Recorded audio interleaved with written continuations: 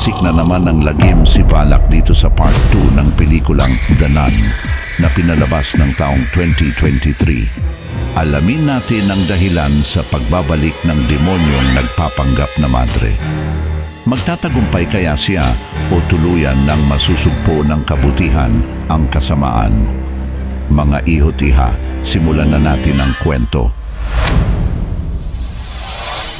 Isang batang lalaki na nagngangalang Jacques ang dumating sa isang simbahan upang tumulong sa mga gawain dito.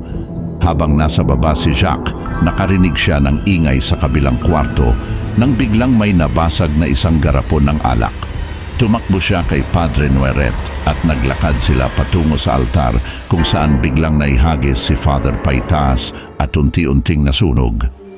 Sa Italy, si Sister Irene ay bahagi na ngayon ng isang bagong coven pagkatapos ng kanyang huling karanasan kay Valak.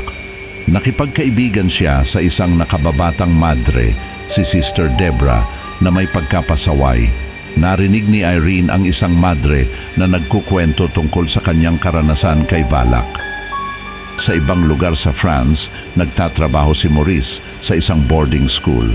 Close siya sa guro ng paaralan, si Kate, pati na rin sa anak ni Kate na si Sophie.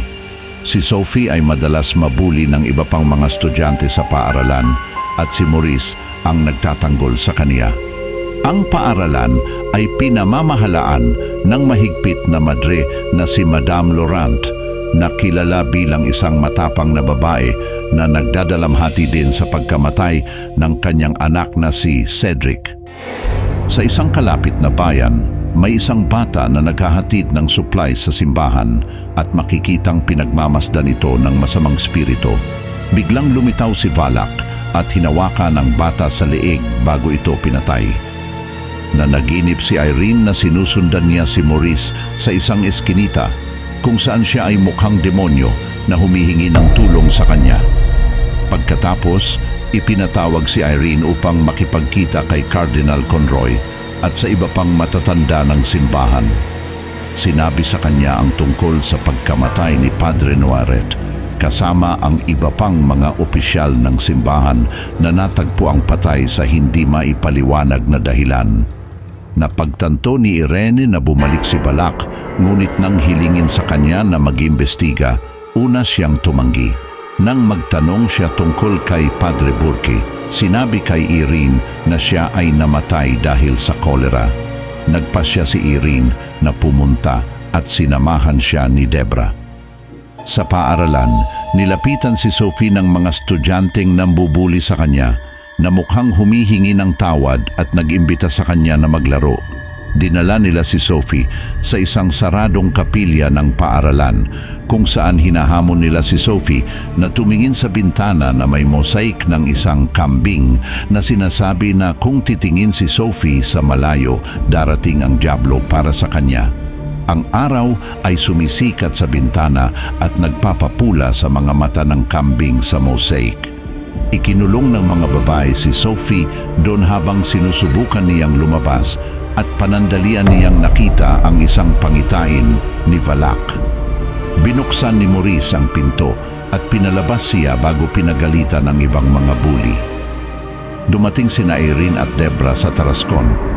Nahanap ni Irene si Jacques at tinanong siya kung ano ang kaniyang nakita noong napatay si Padre Nueret. Nagsisimula pa lang siya magkwento nang biglang nawala si Jacques sa maraming tao kasama ang iba pang mga batang lalaki na naglalaro sa lansangan.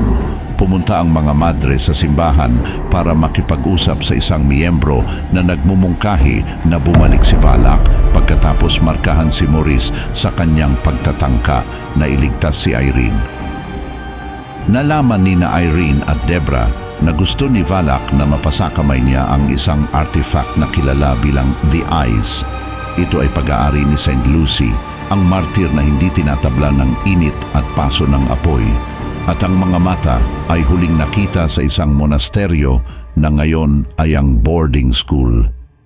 Sa kalye isang gabi, dumaan si Irene sa isang newsstand kung saan ang mga magazine ay nagpi-flip ng kanilang mga pahina hanggang sa lumitaw si Valak at inatake si Irene, dahilan para mawalan siya ng malay.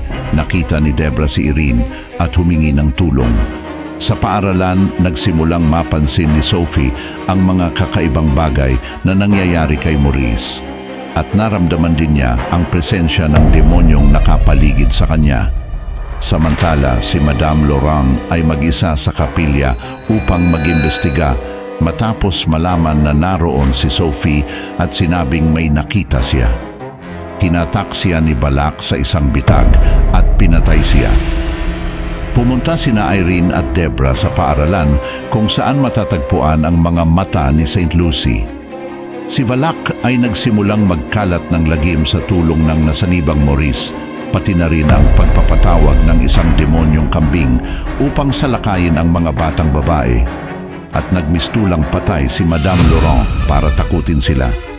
Matapos subukang harangin ang kambing, itinulak nito ang isa sa mga bully sa kanyang balikat at sinubukan ni Debra na tumulong.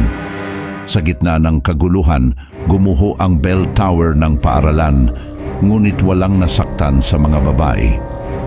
Nadatnan ni Irene si Maurice na ang pagkasanib sa kanya ay sapat na para masimulan ni Balak na tuluyang sakupin ang katawan nito.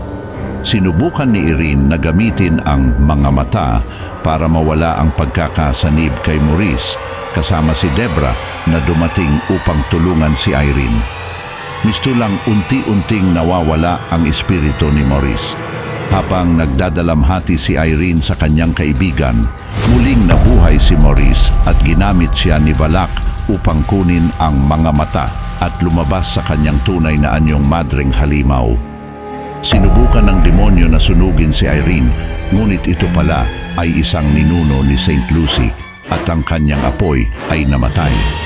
Sa tulong ni Debra, nagdasal sila ng husto para mailigtas si Maurice at maging dugo ni Kristo ang alak sa silid na talsikan si Balak, dahilan para maibalik ang demonyo sa impyerno. Tuluyang gumaling si Maurice at muling nakipagkita kina Kate at Sophie. Habang si Irene ay masaya na makita muli ang kanyang kaibigan, gayon din si Maurice, nakatingin ito sa kanya na may pag-aalala sa kanyang mga mata. Please subscribe at paring ng bell icon para masubaybayan mo pa ang iba pang magagandang kwento. Maraming salamat mga apo.